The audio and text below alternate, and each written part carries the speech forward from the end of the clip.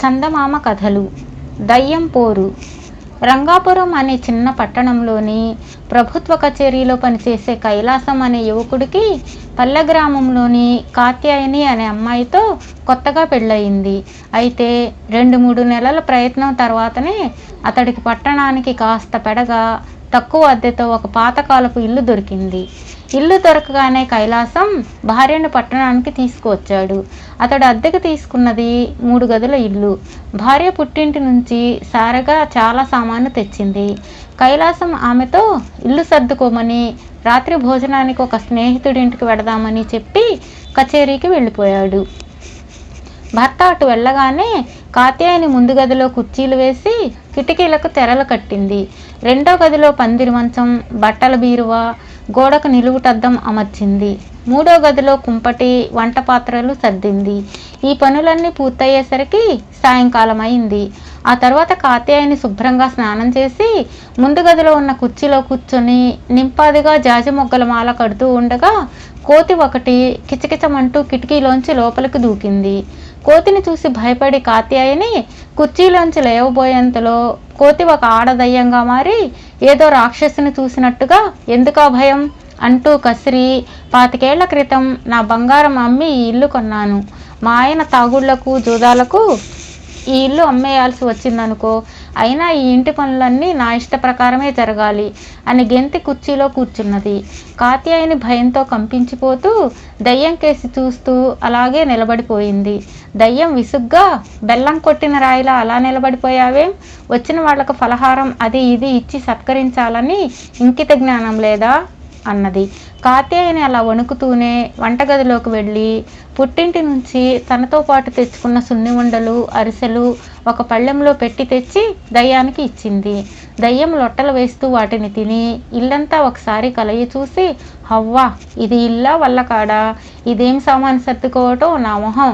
నేను చెప్పినట్టు సర్దావంటే నీ మొగుడు నిన్ను తెగ మెచ్చేస్తాడు" అంటూ ముందు గదిలో వంట పాత్రలు, కుంపటి రెండో గదిలో, కుర్చీలు వెనక మూడో గదిలో పందిరి మంచం సర్దమన్నది. అలా సర్దితే బాగుండదని కాత్యాయని నచ్చజెప్పబోతే దయ్యం కస్సుమని, "నే చెప్పినట్టు సర్దు. పైకి కనపడుతున్నంత మంచిదాన్ని కాదు నేను, జాగ్రత్త" అన్నది. హడలిపోయిన కాత్యాయని దయ్యం చెప్పినట్టుగా ఇల్లు మళ్ళీ సర్దింది. అంతలో వీధిలో కైలాసం వస్తున్న అలికిడి విని, "నా సంగతి నీ మొగుడి దగ్గర నోరు జారకు, తెలుసుగా నేను అట్టే మంచిదాన్ని కాదు" అంటూ మళ్ళీ కోతిగా మారి కిటికీలోంచి బయటికి దూకి వెళ్ళిపోయింది. కైలాసం ఇంట్లోకి వస్తూనే కాత్యాయని ఇల్లు సర్దిన తీరు చూసి నిర్ఘాంతపోయి, "నీకేమన్నా మతిపోయిందా? ఎవరైనా ఇల్లు ఇలా సర్దుతారా?" అంటూ కాత్యాయనిని గట్టిగా కోప్పడి తానే సామానును సర్దవలసిన చోట జాగ్రత్తగా సర్ది పెట్టడం ప్రారంభించి ముగించేసరికి బాగా పొద్దుపోయింది. అంత రాత్రి వేళ మిత్రుడి ఇంటికి భోజనానికి వెళ్ళడం మర్యాద కాదని కైలాసం ఇంత మజ్జిగ తాగి పడుకున్నాడు. కాత్యాయని అతడికి దయ్యం గురించి చెప్పబోయి దాని హెచ్చరిక గుర్తుకు వచ్చి మెదలకుండా ఊరుకున్నది. ఆ రోజు పొద్దుపోయి లేచిన కైలాసం స్నానం చేసి కచేరీకి బయలుదేరుతూ, "మధ్యాహ్నం భోజనానికి వస్తాను, వంట త్వరగా ముగించు" అని కాత్యాయనికి చెప్పి వెళ్ళిపోయాడు. కాత్యాయని వంట ఆరంభించిందే ఆలస్యం. దయ్యం కిటికీలోంచి కోతిలాగా దూకి దయ్యంగా మారి కాత్యాయని పక్కనే పీట వేసుకుని దర్జాగా కూర్చుని కాత్యాయని చేత బలవంతంగా పప్పులో చక్కెర, పులుసులో దోసెడు కారం, గుప్పెడు ఉప్పు వేయించింది. వంకాయ కూర ముక్కలు వేపకుండానే ఇంత కారం కలిగించి మూత పెట్టించింది. తను మాత్రం కాత్యాయని చేత కమ్మని వంట వండించుకుని తిని మళ్ళీ కోతిలాగా మారి ఒక్క గెంతున కిటికీలోంచి బయటకు దూకింది. మధ్యాహ్నం మంచి ఆకలి మీద వచ్చిన కైలాసం కాత్యాయని వడ్డించిన కూరలు నోట పెడుతూనే మండిపడి, "ఇది వంట కాదు, ఎండు చెత్త. నా కర్మ కొద్దీ నిన్ను కట్టుకున్నాను" అంటూ అరిచి పళ్ళాన్ని విసిరికొట్టి వెళ్ళిపోయాడు. కాత్యాయని గుడ్ల నీరు కుక్కుకొని వంటగది శుభ్రం చేసుకుంది. ఇలా 2 వారాల పాటు ఆడదయ్యం ఆమెను ఏడిపించుకు తిన్నది. అది ఆమె చేత పిచ్చి పనులన్నీ చేయించి భర్త చేత చీవాట్లు పెట్టేలా చేసి ఆనందపడేది.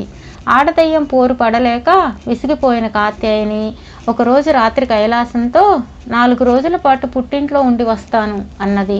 "మహారాజుగా వెళ్ళు, నాకు కాస్త మనశ్శాంతిగా ఉంటుంది" అన్నాడు కైలాసం. చిక్కిపోయి తిరిగి వచ్చిన కూతుర్ని చూసి కాత్యాయని తల్లి, ఇలా అయిపోయావేం తల్లి అంటూ కళ్ళనీళ్లు పెట్టుకున్నది. దయ్యం విషయం తల్లిదండ్రులకు చెబితే వాళ్ళు హడలిపోయి బెంగపడతారనుకుని ఆమె ఆ విషయం వాళ్ళకి చెప్పదలచలేదు. అయితే ఆ సాయంత్రం పొలం నుంచి వచ్చిన అన్న ఆంజనేయులు గుచ్చి అడగ్గా జరిగిందంతా అతడికి చెప్పేసింది. అంతా విన్న ఆంజనేయులు తల పంకించి, చెల్లి నువ్వేమీ దిగులు పడకు, ఒకే ఒక్క వారం రోజుల్లో ఆడదయ్యం పేడ విరగడ చేస్తాను అన్నాడు. మర్నాటి సాయంత్రం ఆంజనేయులు పట్నం వెళ్ళి కచేరీలో కైలాసాన్ని కలుసుకున్నాడు. కైలాసం బావమరిదిని చూస్తూనే కోపంగా, ఏం బావా ఇలా వచ్చావు? నీ మతిలేని చెల్లెలు ఇల్లు వదిలాక నేనెలా ఉన్నానో చూసి నవ్విపోదామనుకున్నావా అని అడిగాడు. ఆంజనేయులు శాంతపడమన్నట్లు కైలాసం వీపు తట్టి బయటకు తీసుకుపోయి దయ్యం గురించి వివరంగా చెప్పి, ఆ దయ్యాన్ని 7-14 ఊళ్ళు దాటి పారిపోయేలా చేస్తాను, నువ్వు మాత్రం నేను చెప్పినట్లు చెయ్యి అని బావమరిదికి చేయవలసిందేమిటో వివరించాడు. తరువాత అతను ఇంటికి పోయి మర్నాడు సూర్యోదయంతోనే కాత్యాయన్ని అత్తవారింటికి ప్రయాణం కట్టించి తను చేయవలసిందేమిటో ఆమెకు వివరంగా చెప్పాడు. కాత్యాయని తిరిగి ఇంటికి రాగానే దయ్యం కోతి రూపంలో కిచకిచ అంటూ అట్టహాసంగా కిటికీలోంచి ఇంట్లోకి దూకి వెంటనే దయ్యంగా మారి, నువ్వు పుట్టింటనే ఉండిపోతావేమో అని దిగులు పడ్డాను. సరే, మీ ఆయన మధ్యాహ్నం భోజనానికి వస్తాడు కదా, నన్ను ఆకలి కాల్ చేస్తున్నది, వేగిరం మీ ఆయన వంట నా వంట ముగించు అంటూ తొందర పెట్టింది.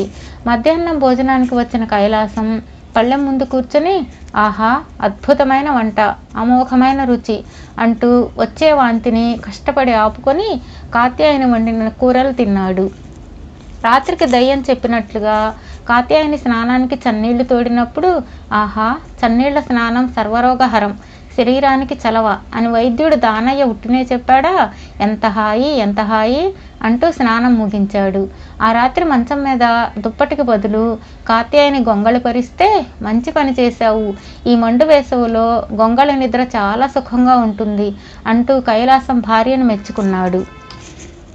ఇదంతా చూసి మండిపోయిన దయ్యం మర్నాడు కాత్యాయనితో, నీ మొగుడు ఆడంగిరేకుల వాడిలా మారిపోయాడేం, పెళ్ళాం ఏం చేసినా గంగిరెద్దులా తల ఊపేయడమేనా, చిచ్చి అంటూ మెటుకలు విరిచింది. ముందే అనుకున్న విధంగా ఆంజనేయులు ఉదయం వేళ కాత్యాయని వాళ్ళ ఇంటికి వచ్చాడు. అతన్ని చూస్తూనే కైలాసం వంటగదిలో ఉన్న కాత్యాయనికి వినబడేలాగా, ఇదిగో మీ అన్నయ్య ఆంజనేయులు వచ్చాడు అంటూ పెద్దగా కేక పెట్టాడు. ఆ రోజు చీకటితోనే కాకి రూపంలో ఇంటి అటక మీద ఎక్కి కూర్చున్న దయ్యం ఇదంతా గమనిస్తూనే ఉన్నది. భర్త కేక విన్న కాత్యాయని, ఇక్కడ పనిలో ఉన్నాను, ఆంజనేయులు అన్నయ్య ముందు చెప్పా పెట్టకుండా ఇంత హఠాత్తుగా వచ్చాడేం అన్నది గట్టిగా. దానికి ఆంజనేయులు పెద్దగా, మరేం లేదు చెల్లి, ఆ మధ్య కరణంగారి చిన్న కోడల్ని దయ్యం ఒకటి పీడించసాగింది, దాన్ని నిన్న సాయంత్రం పట్టి భూస్థాపితం చేసేందుకు సీసాలోకి నెట్టి బిరడా బిగించబోతుంటే, బాబోయ్ నాకు తోడుగా మరొక ఆడదయ్యం కావాలంటూ కళ్ళనీళ్లు పెట్టుకున్నది, దాని మీద జాలి కలిగి మరొక ఆడదయ్యం కోసం వెతుకుతూ ఇటు వచ్చాను అన్నాడు. ఆంజనేయులు పట్టిన భూతాన్ని భూస్థాపితం అన్న మాటలు వింటూనే అటక మీద కాకి రూపంలో ఉన్న దయ్యం కావు అంటూ ఎగిరి కిటికీలోంచి బయటకు దూరి అక్కడికి 7 ఆమడల దూరంలో ఉన్న అడవికేసి పారిపోయింది. ఇది చూసి కైలాసం పరమానందం చెంది ఆంజనేయులు చేతులు పట్టుకుని, క్షమించు బావా, అసలు సంగతి తెలియక నీ చెల్లెలకు మనస్తాపం కలిగించాను అన్నాడు.